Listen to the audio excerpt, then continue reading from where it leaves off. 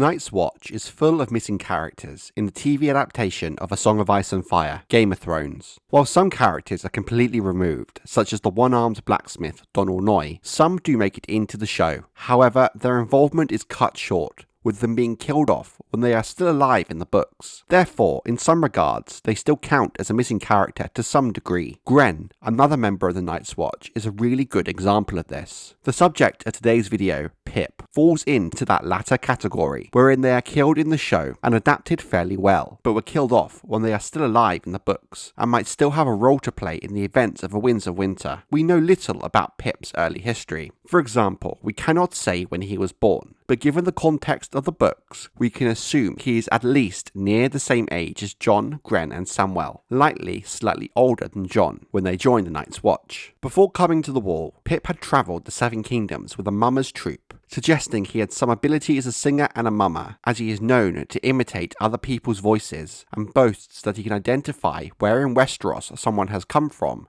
just their accent alone. In the TV show, Pyp claims he joined the Night's Watch as the Lord of Acorn Hall made sexual advances towards Pyp, which he rejected. The Lord, angered by this, then accused Pyp of trying to steal some silver. While in the book, we don't learn the explicit reasons as to why Pyp was forced to join the Watch, the show explanation does fit well with his established backstory and what we know about his character. What we do know, at least in the book, Pyp joins the Night's Watch at the same time as Jon Snow. During sword practice, Jon thinks Pyp uses his sword like a dagger, kind of like a man who has never held a blade before a day in his life. He befriends Jon, along with Gren, and helps defend Samwell Tarly when he arrives at the Wall, when Sir Alliser Thorne has the Night's Watch recruits mercilessly attack the cowardly Samwell. Pyp is later named to the Rangers when Sir Alliser believes he is ready to be a man of the Night's Watch. He wonders if himself and his friends are going to be kept together or sent to other castles along the Wall. Pyp will often entertain his fellow Night's Watch brothers in the common room during mealtimes by telling stories. Jon describes him as a pure liar, being able to do 100 different voices, and that he did not simply tell his stories,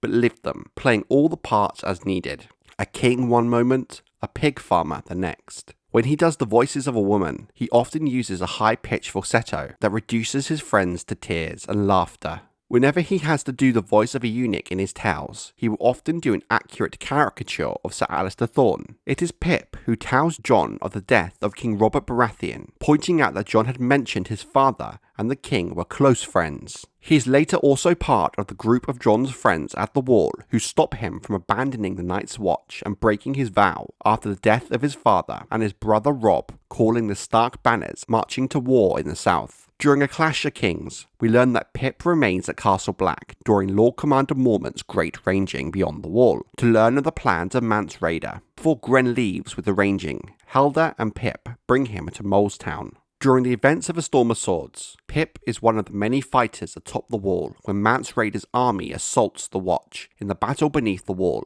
He retches when he sees the bodies of Donal Noye and the Giant. Pyp refers to arrows shot by the wildlings in the morning as breakfast arrows, and he names straw scarecrows atop the Wall to make the men of the Night's Watch seem more numerous to the wildlings below, after members of the Night's Watch. Jon tasks Pyp with commanding the Wall when he descends to Castle Black at one point during the siege. Pyp greets Sam warmly when he returns to Castle Black, cheering loudly. During the Night's Watch election, Pyp votes for Dolorous Ed Tollett in a jape that Sam thinks is stupid. In conversation with Pyp and Gren, Sam starts to think that one of the leading candidates in the election should withdraw to support the other, and Pyp notes that Sam would be the best one to talk to them. During the election itself, when Jon Snow's name is put forward as a candidate by Dolorous Ed, Jon initially thinks it must be one of Pyp's japes. When Jon is in fact elected the new Lord Commander of the Night's Watch, Pyp is among those who congratulate him. Pyp also congratulates Samwell for managing to get Jon elected, calling him a wizard and a wonder,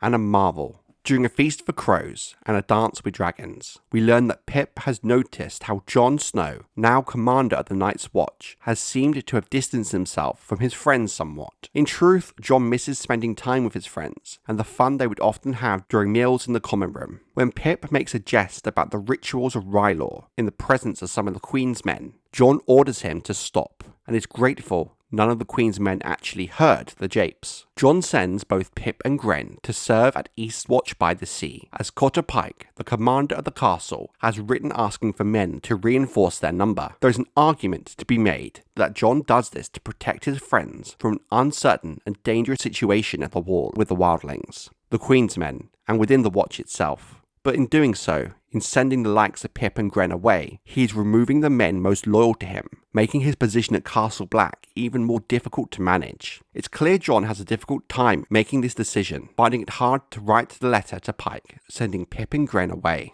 Until we see a Winds of Winter, that is all we know of Pyp. In the show, Pyp is killed during the Battle of Castle Black, meaning most of his Feast for Crows and A Dance with Dragons story is cut from the show. However, Pyp is much less involved in the story during these books, which might have been why he was easily killed off during the Battle of Castle Black. I really enjoy Pyp and his relationship with his Night's Watch brothers, specifically Jon, Sam, and Gren. Pyp's death in the show was a shocking twist for book fans, given we expected him to survive the battle, and it was done in a very fast, shocking, brutally impactful way that really raised the stakes for the battle and proved a vital moment of character development for Samwell as Pyp lay dying in his arms. I do miss the supporting role he plays during the latter half of A Storm of Swords and into A Feast for Crows and A Dance with Dragons. I much prefer how the Night's Watch elections were handled in the books. I think having the likes of Pyp still around during seasons 4 and 5 could have added a lot more complex dynamic between the Watch and the Queen's men, but I think a lot of the function of Pyp's role was fulfilled by the likes of Dolorous Edd instead.